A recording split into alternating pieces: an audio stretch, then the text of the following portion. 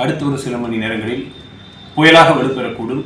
இது தொடர்ந்து வடமேற்கு திசையில் நகர்ந்து நாளை பிற்பகல் காரைக்காலுக்கும் மகாபலிபுரத்திற்கும் இடையே புதுவைக்கு அருகில் கரையை கடக்கக்கூடும். இதன் காரணமாக வட தமிழக கடலோர மாவட்டங்களில் பரவலாக மிதமான மழையும், ஒரு சில இடங்களில் கனமுதல் மிக கனமழையும், ஓரிரு இடங்களில் அதி கனமழையும் பெய்யக்கூடும். இந்த புயல் கரையை கடக்கின்ற பொழுது பலத்த காற்றானது மணிக்கு 70 முதல் 80 கிலோமீட்டர் வேகத்தில், அவ்வப்பொழுது 90 கிலோமீட்டர் வேகத்தில் வீசக்கூடும்.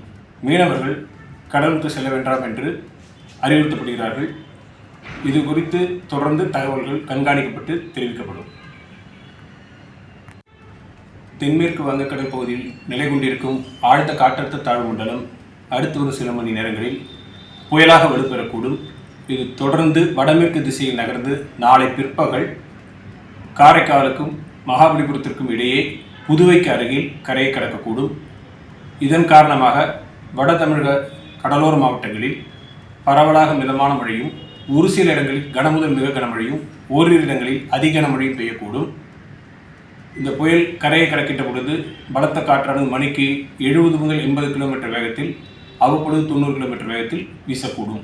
மீனவர்கள் கடலுக்கு செல்ல வேண்டாம் என்று அறிவுறுத்தப்படுகிறார்கள். இது குறித்து தொடர்ந்து தகவல்கள் கண்காணிக்கப்பட்டு தெரிவிக்கப்படும்.